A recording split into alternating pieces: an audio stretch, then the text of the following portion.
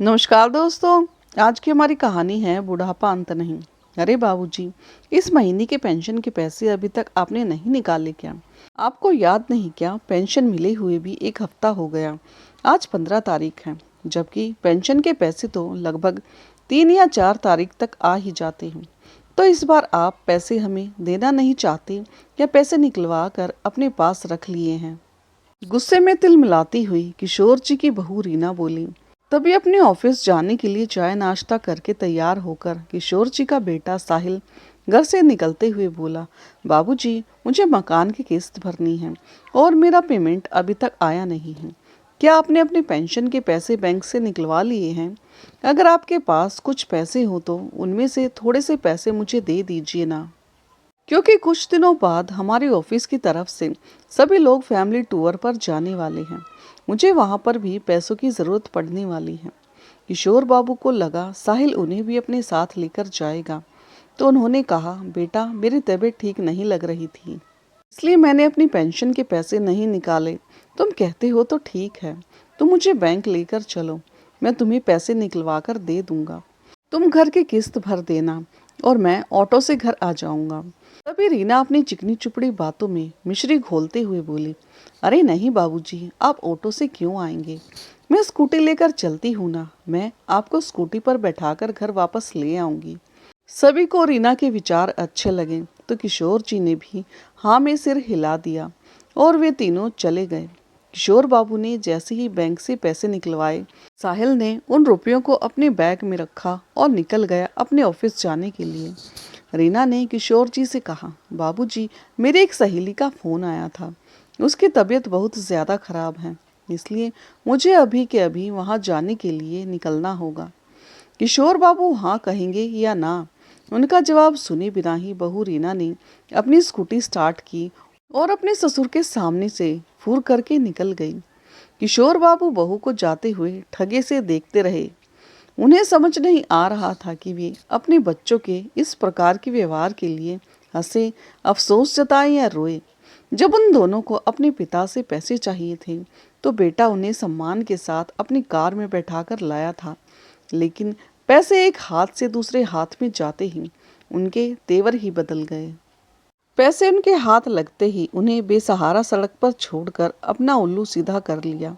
उन दोनों ने यह भी नहीं पूछा कि उनके पास घर जाने के लिए ऑटो का भाड़ा है भी या नहीं। जब उनकी पत्नी रुक्मिणी जी जिंदा थी तब तक किसी की मजाल न थी कि दोनों बेटे बहू ऊंची आवाज में बात भी कर लेते। अपने मन की तो करना बहुत दूर की बात थी, क्योंकि बाहर के सारे काम किशोर जी संभाल लिया करते थे और घर के सारे काम रुक्मिणी जी कर लिया करती थी।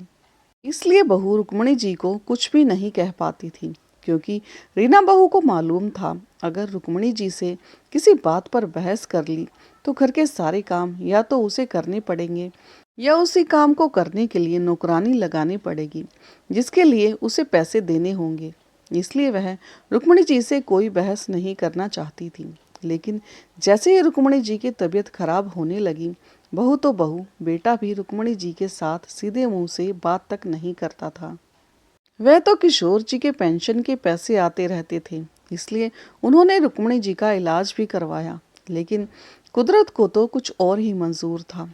तकरीबन 1 साल तक इलाज करवाने के बाद भी उन्हें कैंसर की बीमारी से छुटकारा नहीं मिल पाया और वे एक दिन काल का ग्रास बन गई। अब रुक्मिणी जी के बिना किशोर जी तो अकेले हो गए थे। औरतें तो रोकर अपना मन हल्का कर लेती हैं, लेकिन विडंबना यही थी कि किशोर जी मर्द होने के नाते रो भी नहीं सकते थे। इसलिए उनके मन में जो भी तकलीफ होती वे घुट घुट कर रह जाते, लेकिन किसी के सामने प्रकट नहीं कर पाते थे, क्योंकि उनका दुख दर्द बांटने वाला कोई नहीं था। किशोर जी पंडित परिवार से ताल्लुक रखते थे और पहले उनके दादा और पिताजी कथा पुराण किया करते थे। किशोर जी को सरकारी नौकरी मिल जाने के कारण उनकी दिशा अलग हो गई थी, लेकिन अब बुढ़ापे में अपने अकेलेपन को दूर करने का एकमात्र सहारा धार्मिक किताबें पढ़ना ही था। उनके दादा और पिताजी की उनके ज़माने में बहुत इज्जत हुआ करती थी, लेकिन किशोर जी ने अपने बेटे के उज्जवल भविष्य के लिए गांव को छोड़कर शहर में जाकर बस गए थे। जब तक रुक्मिणी जी थी तब तक उनके घर में सारे रीति रिवाजों का पालन किया जाता था। लेकिन रुक्मिणी जी के मृत्यु के बाद तो बहू जैसे आज़ाद ही हो गई थी। बेटा भी अब अपनी मनमानी करने लगा था। अब कभी कभी स्पेशल ओकेजन में बेटा बहू घर पर तो नॉनवेज नहीं बनाते थे, लेकिन बाहर से मंगवा कर घर में खाया करते थे। घर में ही पार्टी करते, जो किशोर बाबू के बर्दाश्त से बाहर था। लेकिन बेचारे कर भी क्या सकते थे। उन्होंने कभी कभार ऐतराज जताया भी, लेकिन दोनों बेटा बहू उन्हें पुराने ख्यालातों के बूढ़े कहकर डांट फटकार कर चुप करा देते।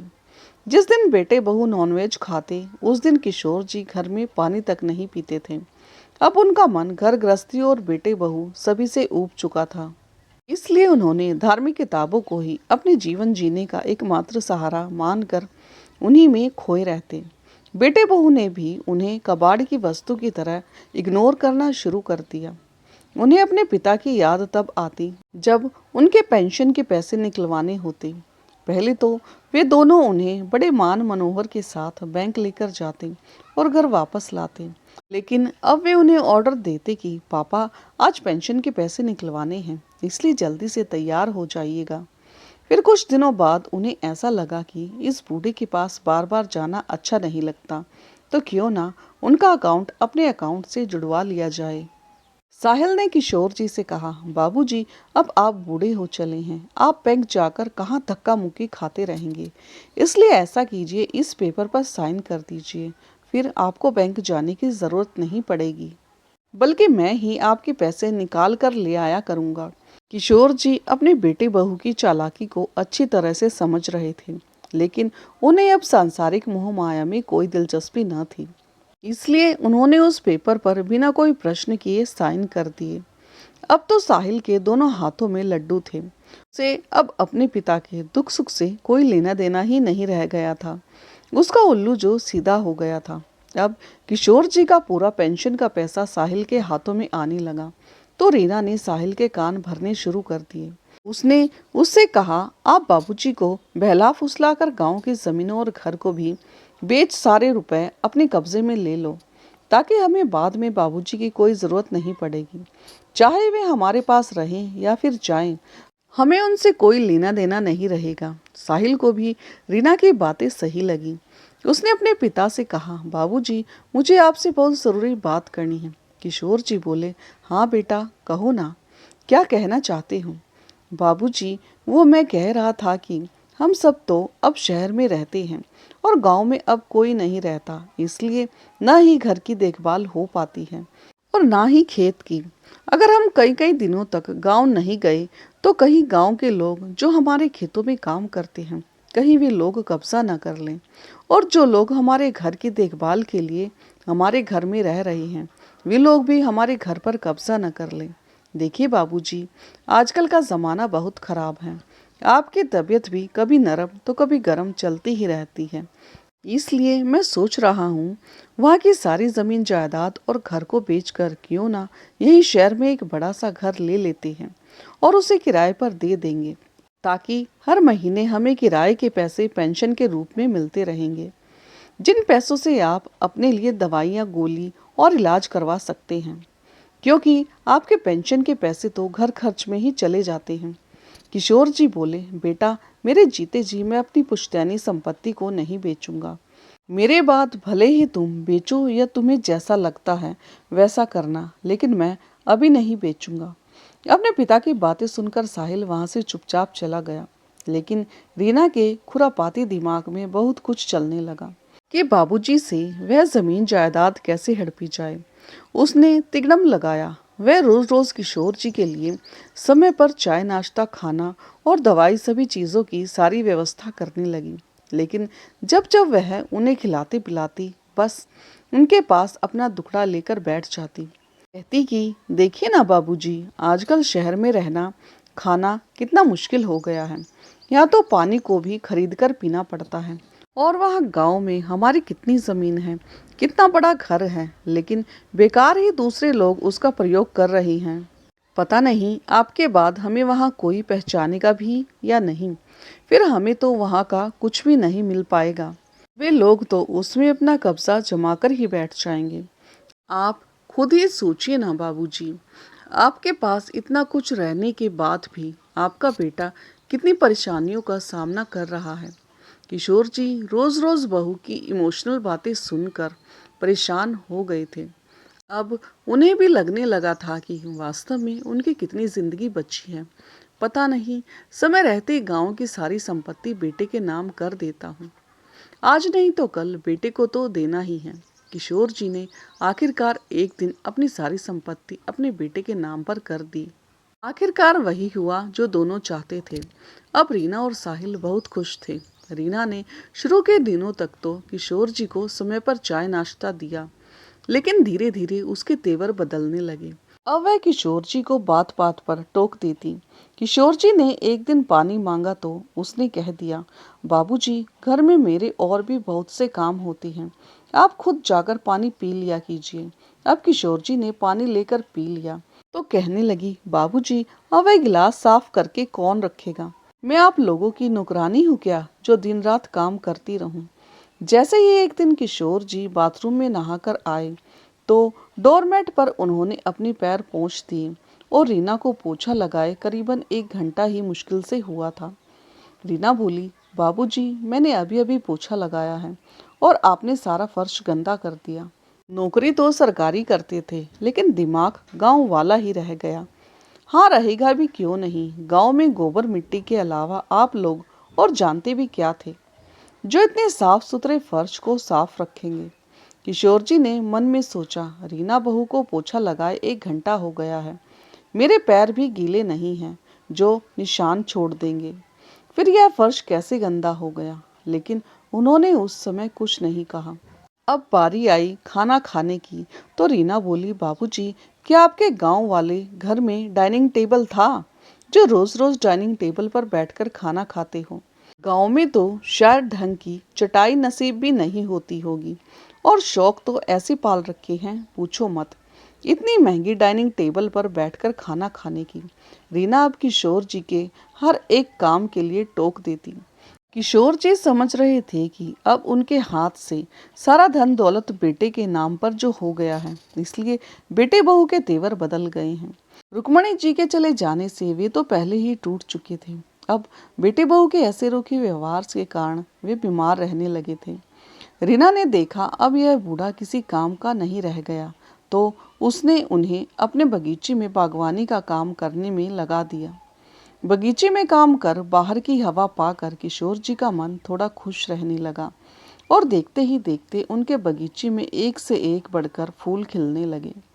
रीना के आस पड़ोस के लोग बगीचे की खूब तारीफ करते और रीना से पूछते कि उसने बागवानी का काम किससे करवाया है, तो वह कहती, उसके ससुर जी खाली पड़े रहते हैं तो वही कर देते हैं। तब उनके पड़ोसन ने कहा, रीना, मैं तुम्हें 8,000 रुपये दूंगी। कल से ही तुम अपने ससुर जी को मेरे बगीचे में काम करने के लिए भेज देना। रीना बोली, बस 8,000? ना बाबा ना, बगीचे में कितना काम करना पड़ता है वह तो करने वाला ही जानता है। अगर 10,000 रुपये दोगी तो ही भेजूंगी। पड़ोसन बोली, अच्छा ठीक है, भेज देना।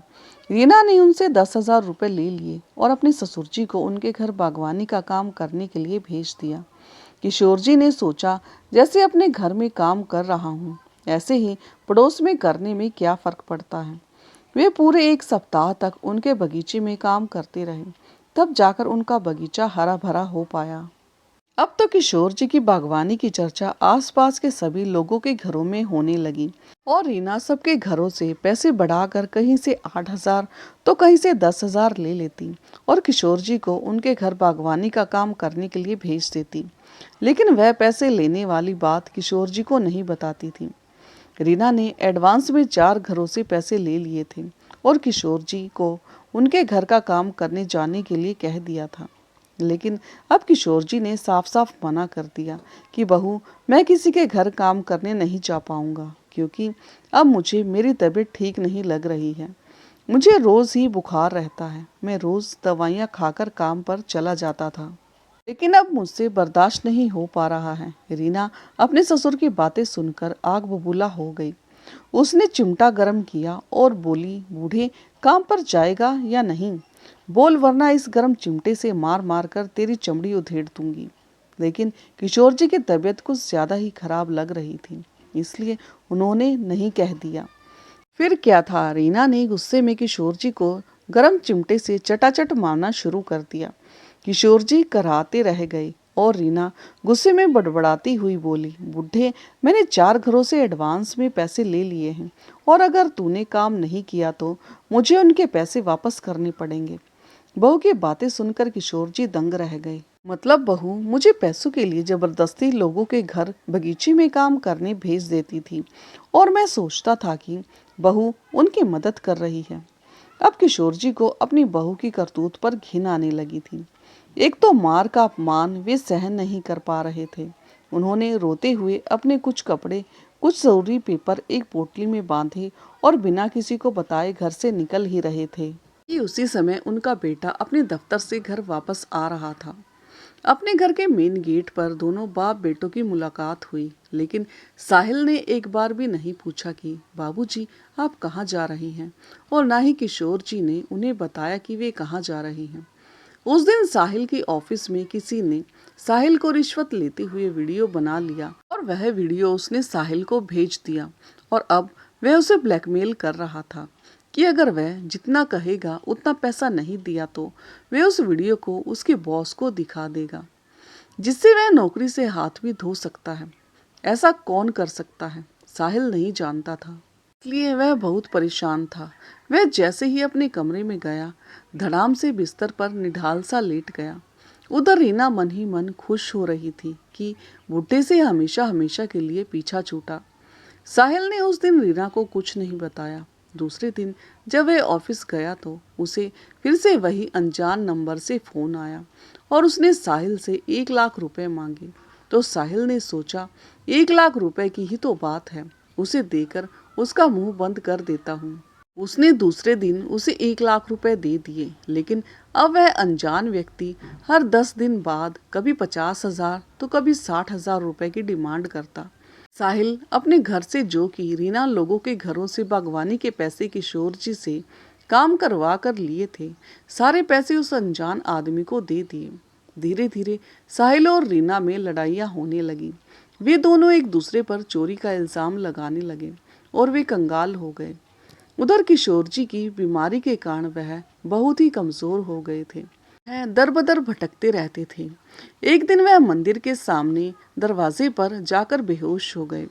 उस दिन मंदिर में बहुत से श्रद्धालु लोग आते थे, क्योंकि वहाँ की मान्यता थी कि वहाँ जो भी श्रद्धालु पूरी श्रद्धा के साथ जाते हैं और जो उनकी जो भी इच्छा होती है, उनकी वह इच्छा जरूर पूरी होती थी। किशोर जी को जब किसी ने बेहोशी की हालत में देखा तो थोड़ी देर के लिए वहाँ हड़कंप मच गया। उन्हीं श्रद्धालुओं में से एक डॉक्टर भी था, उसका नाम राजन मल्होत्रा था। उस डॉक्टर ने किशोर जी को देखा तो वह समझ गए कि किशोर जी को बहुत कमजोरी है, इसलिए बेहोश हो गए हैं। उन्होंने अपने अस्पताल में फ़ोन किया और एम्बुलेंस बुलवाई और उन्हें उसमें लेकर अपने अस्पताल पहुंचे। वहां ले जाकर उन्होंने उनका इलाज किया। 2 दिन के बाद किशोर जी को होश आया तो उन्होंने अपने आप को अस्पताल के बिस्तर पर पाया। उन्होंने अपने आसपास के लोगों से पूछा कि वे यहाँ कैसे पहुँचे। तब वहीं खड़ी एक नर्स ने बताया कि आप एक मंदिर के दरवाजे के सामने बेहोश होकर गिर गए थे और हमारे सर डॉक्टर राजन मल्होत्रा आपको यहाँ अस्पताल लेकर आए हैं और यहाँ आपका इलाज उनके द्वारा ही चल रहा है। नर्स ने पूछा, आप कहाँ रहते हैं अंकल, आपका नाम क्या है? किशोर जी क्या बताते कि वे कहाँ रहते हैं। वे कोई जवाब नहीं दे पाए। उन्होंने बस इतना पूछा कि मेरी पोटली कहाँ है।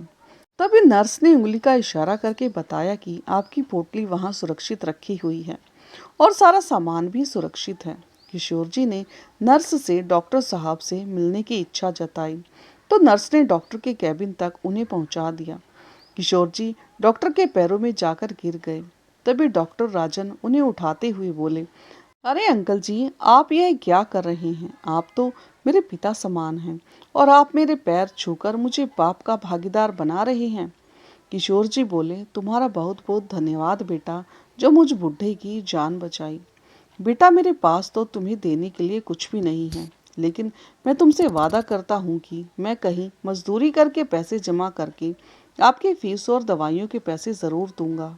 तभी राजन उनके दोनों बाजुओं को पकड़कर आराम से बैठाते हुए बोला, अंकल जी मेरी बात तो सुनिए, आपसे पैसों की बात किसने की? उसने तुरंत बेल बजा दिया। नर्स दौड़कर अंदर आई। डॉक्टर राजन ने नर्स पर चिल्लाते हुए कहा, तुम्हारी हिम्मत कैसे हुई इनसे पैसों की बात करने की? किसने कहा था इनसे पैसे लेने के लिए? नर्स वहीं खड़ी नजरें झुकाकर थरथर कांप रही थी। उसके मुंह से एक शब्द भी नहीं निकल पा रहा था।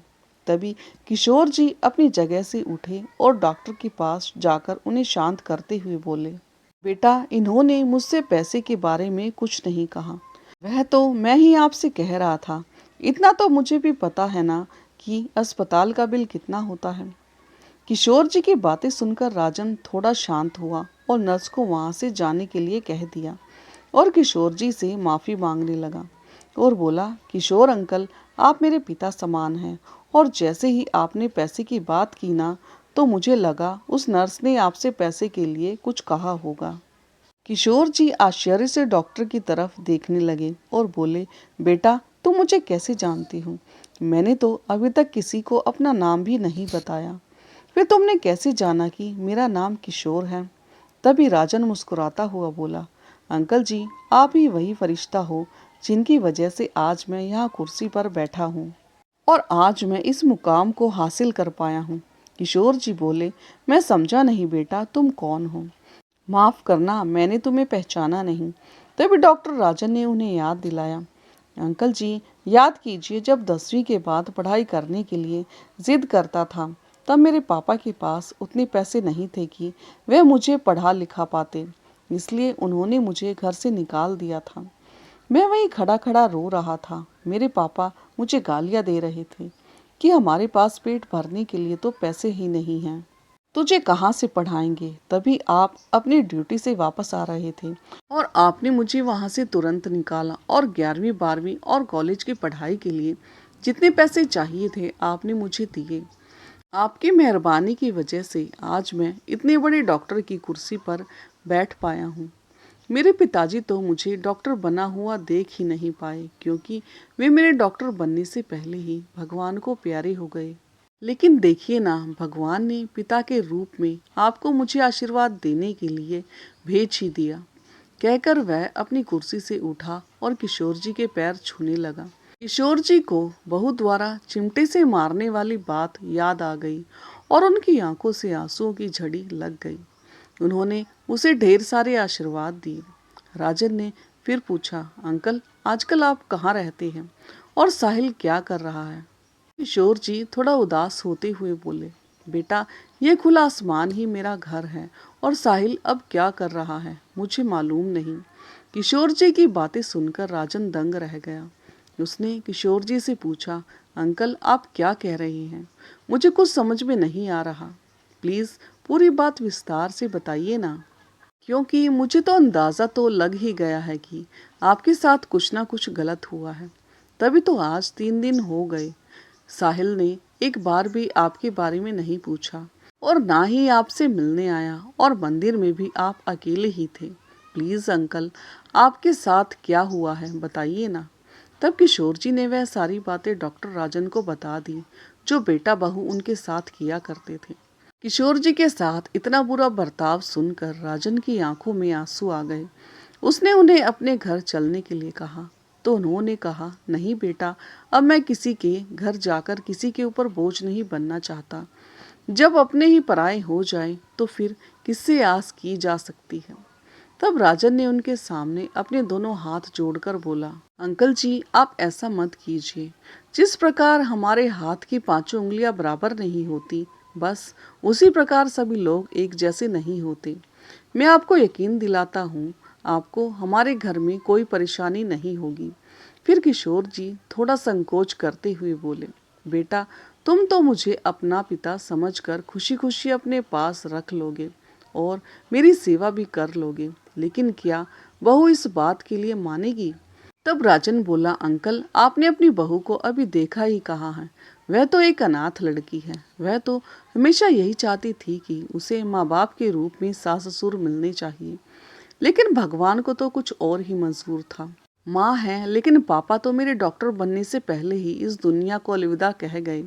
अगर आप मेरे साथ हमारे घर चलेंगे और हमारे साथ रहेंगे तो सबसे ज़्यादा जिसको खुशी होगी तो वह होगी आपकी बहू पीहू, क्योंकि उसे माँ बाप का प्यार क्या होता है यह जानने की बहुत इच्छा है। अंकल, लेकिन बेचारी अभी तक उस प्यार से वंचित रही। अगर आप उसे पापा के रूप में मिल जाएंगे तो उससे ज़्यादा खुश कोई और नहीं होगा।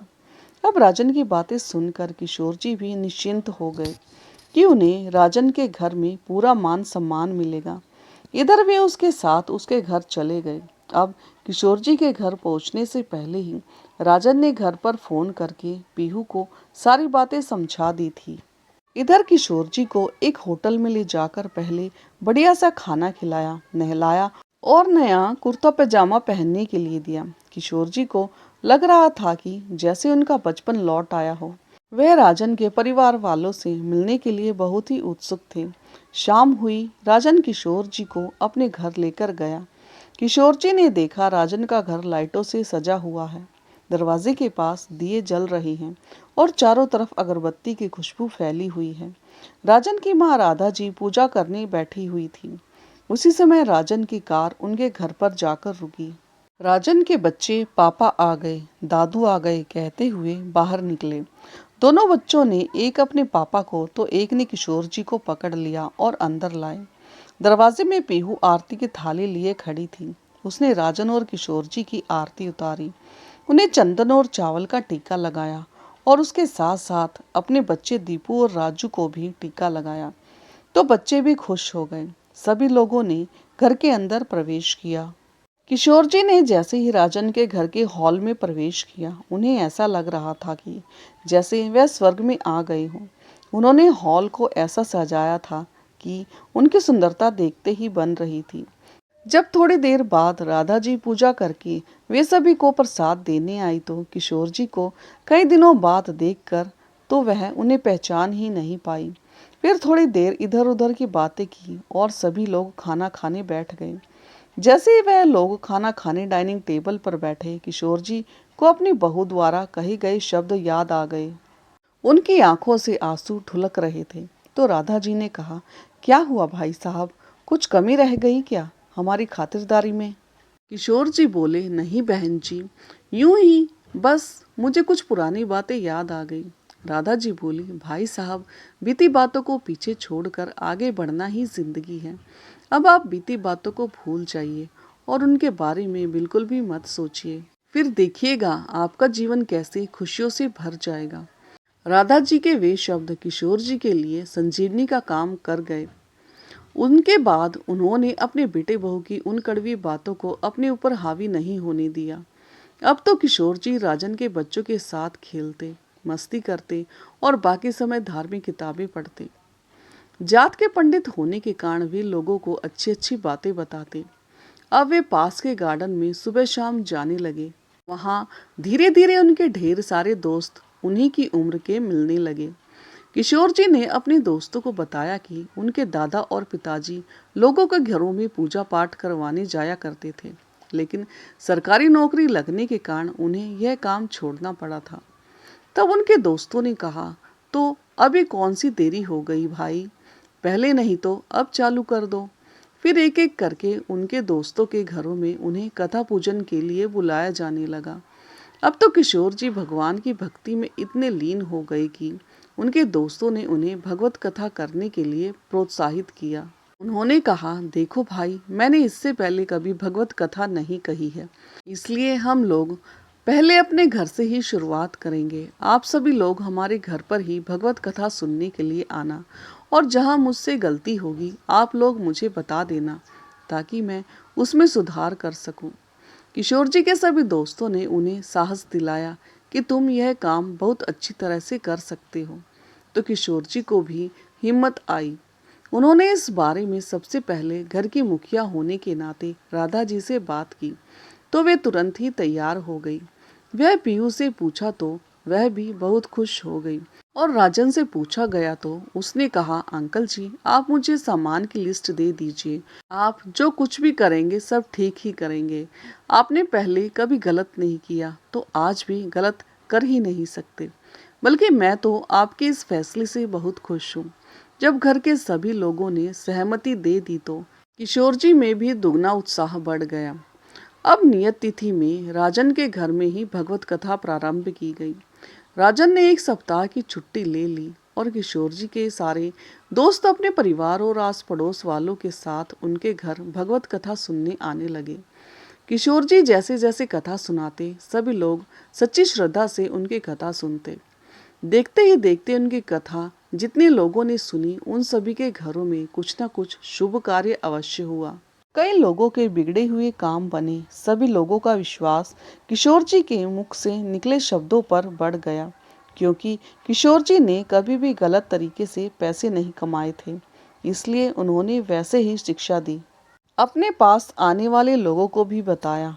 उनके बताए रास्ते पर चलने से लोगों का चरित्र, व्यवहार और सोच में सकारात्मकता परिवर्तन हुआ, इसलिए भगवान ने भी उनके साथ अच्छा ही किया। अब धीरे धीरे किशोर जी की ख्याति दूर दूर तक फैलने लगी।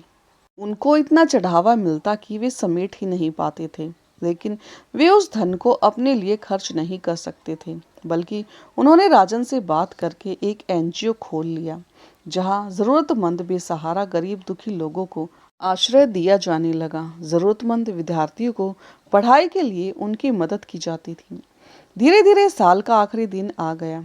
लोगों ने नए साल की पार्टी के लिए कई प्रकार की तैयारियां कर रखी थी। किसी ने पिज्ज़ा पार्टी, तो किसी ने शराब मुर्गे की पार्टी, तो किसी ने क्लब में पार्टी रखी थी। लेकिन किशोर जी ने अपने एनजीओ के प्रांगण में ही 151 दिए जलाकर चारों तरफ लाइटों की रोशनी से नए साल की तैयारी भगवत कथा का गुणगान करके की थी। किशोर जी के बेटे बहू भी क्लब में पार्टी करने चले गए। वहां पुलिस की रेड पड़ी। वहां गलत धंधे भी किए जा रहे थे, जिसके कारण वहां जितने भी लोग थे, कुछ तो जान बचाकर भाग निकले, लेकिन कुछ लोग पकड़े गए, जिसमें किशोर जी के बेटे बहू भी थे। अब वे दोनों पुलिस की गिरफ्त में थे। उन्होंने पुलिस से छूटने के लिए बहुत प्रयत्न किए, लेकिन पुलिस वालों ने उनकी एक न सुनी और सभी को हथकड़ी पहनाकर पुलिस स्टेशन लेकर जाने लगे। उसी समय किशोर जी की रैली सड़क के दूसरे किनारे जा रही थी। लोग कथावाचक सुखदेव महाराज किशोर जी की जय जयकार कर रहे थे। किशोर जी 4 घोड़ों के रथ में सुसज्जित रथ पर बैठे हुए थे। उनके सिर पर पीले रंग की चमचमाती चुनरी 4 लोगों ने पकड़ी हुई थी। उन पर पुष्प वर्षा हो रही थी। ट्रैफिक जाम के कारण किशोर जी के बेटे बहू उन्हें अच्छी तरह से देख पा रहे थे। किशोर जी अपने रथ पर बैठे हुए सभी का मार्गदर्शन कर रहे थे कि जो जैसा बोएगा वही काटेगा। सुख और दुख का जोड़ा तो लगा ही रहता है। मनुष्य अपने कर्मों से सुखी और दुखी होता है। किशोर जी के यह शब्द साहिल और रीना के कानों में भी गूंज रहे थे। उनके मार्गदर्शन में उन्हें अपनी गलती का एहसास हुआ कि वास्तव में उन्होंने कितनी बड़ी गलती की है। उन्हीं के साथ कुछ लोग बैठे हुए थे। उन्होंने बताया कि यह सज्जन पुरुष बहुत पूछी हुई आत्मा है। इनका कहा एक एक शब्द सही होता है। उन्होंने लोगों को जैसा जैसा मार्गदर्शन किया है, लोगों को वैसा ही फायदा हुआ है। इनका नाम किशोर शर्मा है। इनके बेटा बहू उन्हें जान से भी ज्यादा प्यारे हैं। इनके बेटे जब तक इन्हें खाना नहीं खिला देते तब तक खाना नहीं खाते, और बहू तो इतनी संस्कारी है कि अपने ससुर को पिता से भी बढ़कर प्यार देती है। इनका बहुत ही प्यारा परिवार है। लोगों के मुंह से किशोर जी के बारे में यह सब सुनकर साहिल और रीना की आंखें शर्म से झुक गई। जब उन्हें पुलिस स्टेशन ले जाया गया तो उनके सामने 2 विकल्प थे। एक यह कि उन्हें अपराध के लिए 10 वर्ष की सजा, या दूसरा 1 लाख रुपए जुर्माने के तौर पर पैसे जमा करके केस को हमेशा के लिए बंद कर दें। साहिल ने सोचा, अगर हम दोनों 10 वर्ष तक जेल की सजा काटेंगे तो बदनामी होगी, वह अलग, बच्चों की देखभाल कौन करेगा। इससे अच्छा उन्हें दूसरा विकल्प ज्यादा अच्छा लगा। उन्होंने आनन फानन में 20 लाख के अपने घर को 15 लाख में बेच दिया और उस केस को हमेशा हमेशा के लिए बंद करवा दिया। समय के रहते साहिल उस केस से तो मुक्त हो गया, लेकिन उसके बारे में उसकी कंपनी तक बात चली गई। उन्होंने उसे कंपनी से निकाल दिया। रीना ने भी इधर उधर काम ढूंढने की कोशिश की, लेकिन उसे भी उस केस के बाद कहीं काम नहीं मिला। अब वे लोग अपने बच्चे का पेट भरे या फिर किराए के कमरे का पैसा दें। उन्हें कुछ भी समझ में नहीं आ रहा था। फिर एक दिन रीना ने देखा न्यूज़पेपर में उसके ससुर किशोर जी की फोटो छपी हुई है और उन्हें 50 करोड़ का मालिक बनाया जा रहा है, जो एक बहुत बड़ा एनजीओ चला रही हैं। उन्होंने सोचा क्यों ना रोते गिड़गिड़ाते हुए उनके पास जाएंगे तो बाबूजी शायद माफ कर देंगे। उसने अपने पति को यह बात बताई तो वे दोनों अपने बच्चे के साथ उसी एनजीओ में पहुंच गए जहां किशोर जी रहते थे। लेकिन किशोर जी किसी काम के सिलसिले में 3 दिन के लिए शहर से बाहर गए हुए थे। वहां के एक कर्मचारी ने किशोर जी को सूचना दी कि कोई जरूरतमंद आपसे मिलना चाहता है। तो किशोर जी ने कहा, अरे मुझसे मिलकर क्या करेंगे वे लोग, जो चाहते हैं उन्हें दे दो और रहने की जगह चाहिए तो वहीं कहीं उनके लिए व्यवस्था कर दो। उस कर्मचारी ने वैसा ही किया। किशोर जी 3 दिनों के बाद लौटे तो वे सीधी एनजीओ ना जाते हुए राजन के घर गए। अधिक थकावट के कारण वे 3-4 दिन तक घर पर ही आराम करते रहे। राजन एनजीओ में जाकर रोज वहां की खैर खबर लेता रहा। किशोर जी अपने कर्मचारियों से फोन पर बातें करके वहां का समाचार पूछ लेते, लेकिन साहिल और रीना को तो किशोर जी से ही मिलने की चाहत में वहां गए हुए थे ताकि उनसे कुछ मदद मिल सके। वे दोनों रोज ही उन कर्मचारियों से किशोर जी के बारे में पूछते कि वे कब तक आएंगे। कर्मचारी उन्हें यही कहकर शांत कर देते कि आपको किस चीज़ की कमी है तो आप मुझे बताइए, मैं पूरी करूँगा, उसे पूरी करने की कोशिश करूँगा। तो वे दोनों चुप हो जाते। जब 8वें दिन किशोर जी एनजीओ में कदम रखते हैं तो तालियों की गड़गड़ाहट से पूरा हॉल ही गूंज उठता है। किशोर जी ने सभी को शांति से बैठने के लिए कहा। सभी कर्मचारियों ने किशोर जी को बताया कि एक दंपति हैं, वे आपसे मिलने की जिद कर रहे हैं। किशोर जी ने उन्हें अपने पास भेजने के लिए कहा। साहिल और रीना शर्म से अपना सिर झुकाए अपने बाबूजी के पास गए। वे रोते हुए उनके पैर पकड़कर उनसे माफी मांगने लगे। किशोर जी बोले, देखिए मेरे लिए सभी लोग एक समान हैं। आप लोगों को मेरे पैर पकड़ने की, गिड़गिड़ाने की कोई ज़रूरत नहीं है। आप लोगों की जब तक इच्छा हो तब तक रह लीजिए। बात रही बच्चों की तो हमने एक विद्यालय भी खोल रखा है।